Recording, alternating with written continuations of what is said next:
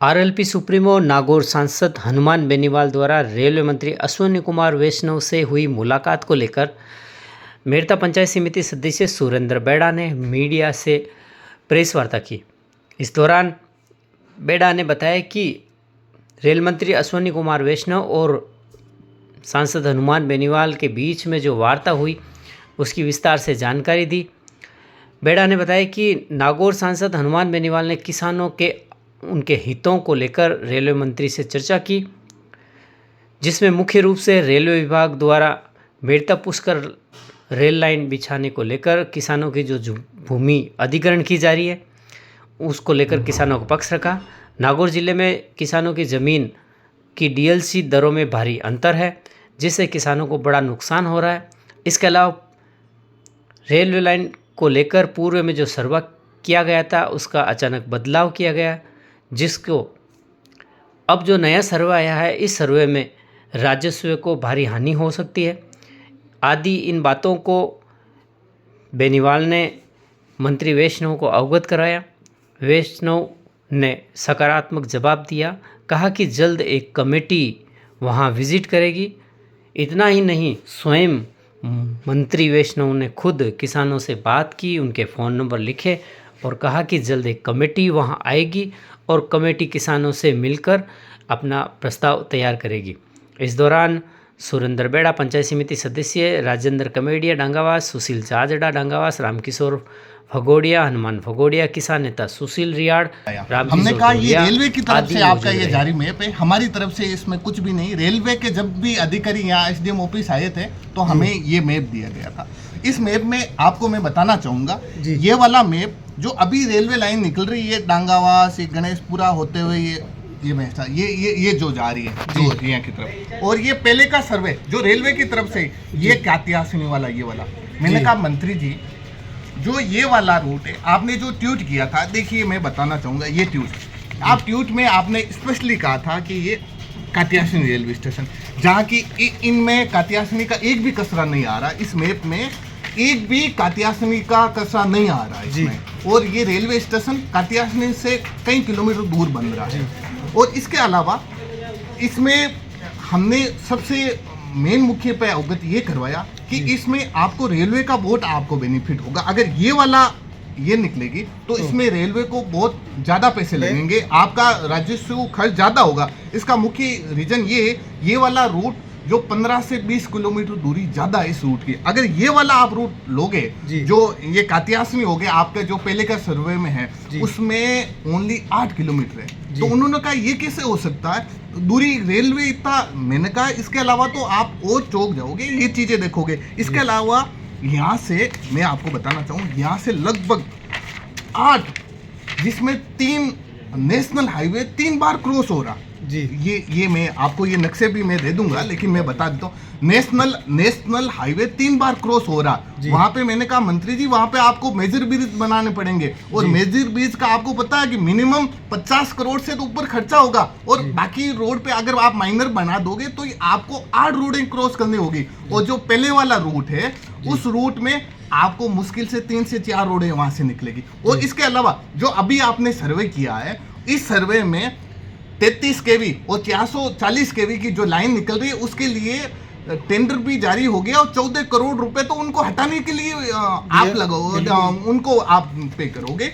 तो मैंने कहा अगर वहां से आप लोगे तो वहां पे आपको नील बराबर पैसे खर्च करने पड़ेंगे। और इसके अलावा जो यहाँ का आजू बाजू जो डांगावास का पेरापेरी जो इलाका है जो नगर पालिका के पास में आता है, वहाँ की डीएलसी रेट और वहाँ की डीएलसी रेट में बहुत फर्क है। यहाँ पे तो आपको करोड़ों रुपए ज्यादा देने पड़ेंगे, क्योंकि ये बिल्कुल नगर पालिका के पास से सटीक से ये रेलवे लाइन निकल रही है। तो मंत्री जी ने कहा इतना बड़ा घोटाला, हाँ मैंने कहा ये चीजें हमने सब प्रतिनिधिमंडल ने अवगत करवाया कि ये चीजें हो रही। इसमें आपका सबसे बड़ा बेनिफिट ये है कि आपको अगर वो पहले वाला रूट होता है तो उस रूट में आपकी पैसों की भी बचत होगी और जो रेलवे का दूरी होगी वो भी कम होगी। और इसके अलावा जब डीएलसी रेट पे बात आई तो मंत्री जी को ये अवगत करवाया कि मंत्री जी जहाँ पे जो अजमेर का पिसागण पड़ता है, पिसागण में रेलवे लाइन की एक ही कसरा, जहाँ पे तो एक ही किसान, जिस किसान के कसरा एक तो पिसागण में आ रखा है और ये एक रिया बड़ी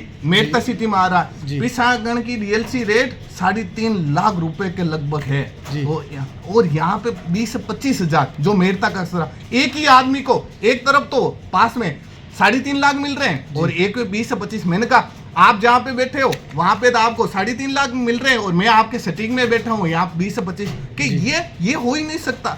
ये वहाँ के पहले के नेता क्या करे। तब हनुमान जी बेनीवाल ने ये बोला अरे पहले के तो नेता कहाँ पे थे, जो मिर्दा और दूसरे वो सब लोग मर गए थे। नाथूराम जी बड़ी बड़ी बातें ही किया करते थे, मर गए थे सब लोग, किसानों की कोई चिंता नहीं करता था। यहाँ के अगर पहले नेता सचेत होते ना तो यहाँ पे उनको उनसे ज्यादा रेट मिलती, वो बातें ही करते थे। अरे अश्विनी वैष्णव ने मुस्कान भी दी उस दरमियान, बोला कि अरे यार ये हनुमान जी के मैं तो उन्होंने कहा हनुमान जी आप ही हो जो किसानों के लिए लड़ रहे हो। लेकिन तब हमने बोला हमारे तो ये नेताजी हैं, तब यहाँ पे ये आपके पास में मुद्दा और ये सब सत्य चीजें लेके आ गए। बाकी तो हमें कोई किसी कांग्रेस बीजेपी से किसी से आस नहीं थी। ये जो मुद्दा है ना वो मीराबाई के मंदिर के पास में जाके रुक जाता। अभी तक किसानों के ऊपर जिस अनुसार आपको बीच में पता होगा किस अनुसार भाली पुलिस जाब्ता के साथ में सर्वे करने के लिए किसान बिल्कुल घबरा गए थे और घबराए हुए किसानों के ऊपर उन्होंने सर्वे भी कर दिए यहाँ पे। और यहाँ पे तो किसान बेचारे हनुमान जी नहीं होते, इतने बड़े किसान नेता अगर नहीं होते तो ये सर्वे कर देते, अभी मुआवजा ही आ जाता, 20-25 हजार लोगों में जिंदगियां खत्म हो जाती। ये हमारे बैठे डांगावास के जो किसान बनते, इनकी 20 बीघे जमीन आ रही, इनकी परिवार की 60 बीघे जमीन आ रही है, इनके पास में 25-30 बीघे ही जमीन है और 25-20 बीघे 20 बीघे अगर जमीन चली जाएगी और वो भी 4 लाख रुपए, आप देखो 4 लाख रुपए में पूरी जमीन चली जाएगी तो ये क्या करेंगे, इनके बच्चे क्या करेंगे। उनको 4 लाख में जमीन थोड़ी मिलेगी। लेकिन आज इनकी मार्केट जो रेट है ना जमीन की, वो मार्केट रेट 15 से 20 लाख रुपए बीघे हैं। 15 से 20 लाख आप लगा लो तो 20 बीघे के 8 करोड़ रुपए और कहाँ पे 4 लाख रुपए में जमीन जा रही है। आत्महत्या ये खुद कह रहे थे कि हमारे अगर हमारे साथ में न्याय नहीं होगा तो हमें तो मरना पड़ेगा। इनके जो भी बूढ़े बुजुर्ग सीनियर बच्चे बहुत भयभीत हो गए। इनके जैसे तो और भी खूब है, हमारे जैसे सुशील जी और भी जैसे डोकरे हैं, हमारे सब बेटे, इन सबकी हालत। एक तो बेचारा रोता हुआ मेरे पास, हम लोग मिले थे, नेताजी के पास में पगड़ी रखी थी, नेताजी हम मर जाएंगे, मैं बड़ी मुश्किल से बाहर से पैसे कमा के और कहीं से मैं पैसे लेके मैंने 50 लाख, मेरी जीवन की पूरी कमाई 50 लाख रुपए वो मैंने मेरे मकान पे लगा दी। मेरी पूरी जमीन जा रहा है, मकान जा रहा है और वो सर्वे में मुझे पता है कि 2 से 4 लाख रुपए नहीं मिलेंगे। मैं कहाँ पे जाऊँगा, मेरे बीवी बच्चे, मेरी बीवी की हाई बीपी और ब्लड शुगर जाता है, मैं मर जाऊँगा। वो रोने, वो बहुत भावुक पल थे जी, सोच भी नहीं थे। लेकिन नेताजी वास्तव में किसान नेता है। उत्तरी भारत में सबसे बड़ा तो हनुमान बेनीवाल है जी। उन्होंने हमारी बात रखी और क्या आपको डरने की आवश्यकता नहीं, यहाँ पे सर्वे होगा, आपको 25 से 30 लाख रुपए प्रति बीघे के आपको मिलेंगे। आपके लिए ये आप बेफिक्र रहो, ये जमीन आपकी नहीं है, ये मेरी, आप समझ लो मेरी है और आपको इसकी रेट 25 से 30 लाख। आपको अब घबराने की आवश्यकता नहीं, मेरे पास में आ गए, आपको डरने की आवश्यकता नहीं। इसलिए नेताजी ने, आपको पता होगा, बीच में बहुत बड़ी नागौर में एक रैली की थी। इसमें प्रमुखता से यही मुद्दा था इसमें कि किसानों को मुआवजा कैसे मिले, डीएलसी रेट पे उचित मुआवजा कैसे मिले और इसके अलावा जिस अनुसार तानाशाह कर रहे थे प्रशासन को कैसे रोका जाए। तो इसमें उस टाइम ही आपको पता होगा, उस टाइम नेताजी की रैली पे यही फाइनल डिसीजन हुआ था कि यहाँ से कलेक्टर सीएमओ से परमिशन लेके कलेक्टर ने कमेटी गठित की। उसमें लोकसभा सांसद और नागौर सांसद, यहाँ के मेरता के विधायक और रिया के विधायक और एसडीएम सब लोग एक कमेटी में बैठेंगे, यहाँ से प्रस्ताव लेंगे और इनकी जो डीएलसी रेट है उस डीएलसी रेट को निश्चित करेंगे, या तो मार्केट रेट या 25 लाख रुपए बीघे से। ये चीजें होगी और सरकार को प्रपोजल भेजा जाएगा और उसके बाद में डीएलसी रेट वो फाइनल होगी।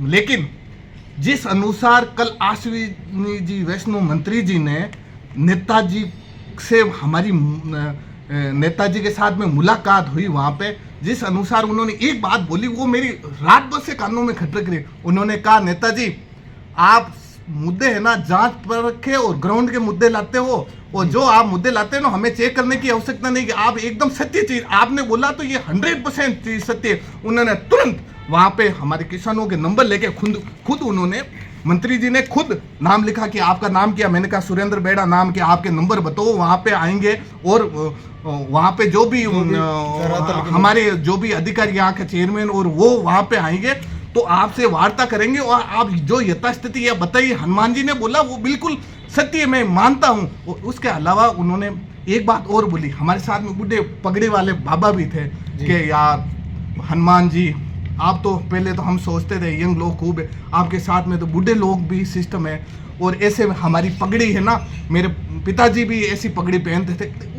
वो ऐसा लग रहा था कि वो ये चीजें उनको उनके वो एक भावुक जैसा पल था उनको, वो चीजें भी हाँ मतलब इस अनुसार हमारे सब लोगों के बीच ये नहीं कि सिंगल में एक तरफ नेताजी ने जाके बात, उन्होंने कहा नहीं हम मिलेंगे, हनुमान जी लेके आए हैं तो बहुत अच्छे आदमियों को लेके आए हैं। हनुमान जी ने कहा बहुत दुखी है साहब, तो हनुमान जी अच्छे लोगों को लेके आए हैं और उस अनुसार उन्होंने एक परिवार की तरह उन्होंने ट्रीट किया। और मैं ये कह रहा हूँ आश्वासन नहीं, कल वहाँ पे जो किसान हमारे लोग थे उन्होंने ये मान लिया कि हमारे 25 से 30 लाख रुपए बिके के हमारे खाते में आ गए, क्योंकि जिस अनुसार हनुमान जी ने वहाँ पे हमारी वार्ता करवाई, हम तो क्या जिंदगी भर हनुमान जी का एहसास नहीं भूल पाएंगे।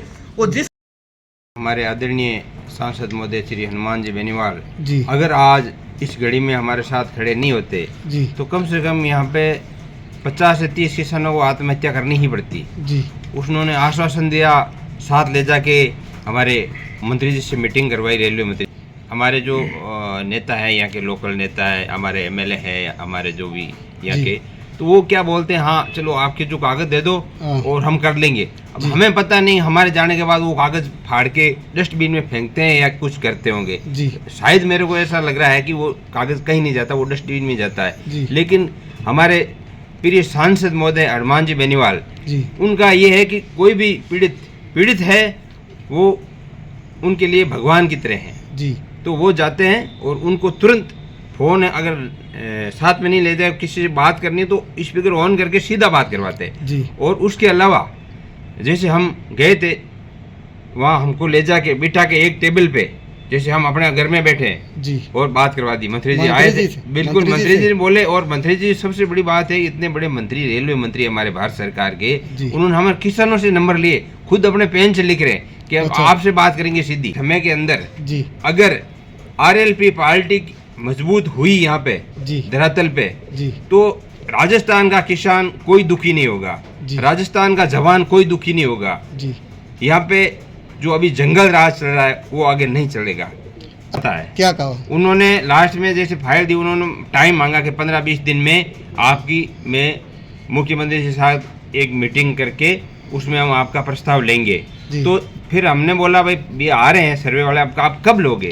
तो उन्होंने यहाँ पे बुला के और बात की थी। तो उन्होंने कहा अब तो हमारे कुछ हाथ में नहीं है, आप चलो कोर्ट चले जाओ। अच्छा कोर्ट चले जाओ? कोर्ट चले जाओ, हमारी सरकार सुनती नहीं है, हमारे कुछ हाथ में नहीं है, आप कोर्ट चले जाओ। अच्छा